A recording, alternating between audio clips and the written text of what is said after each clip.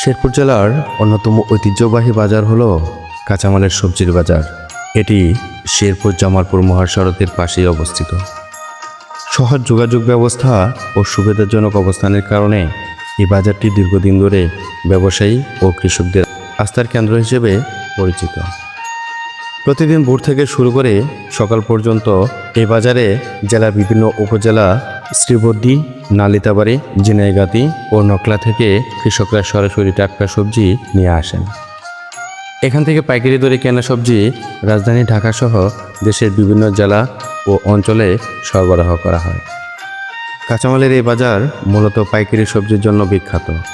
লাউ, কুমড়া, বেগুন, করলা, শসা, পটল, শাকসবজি সহ মৌসুমীর নানা সবজি এখানে সহজেই পাওয়া যায়।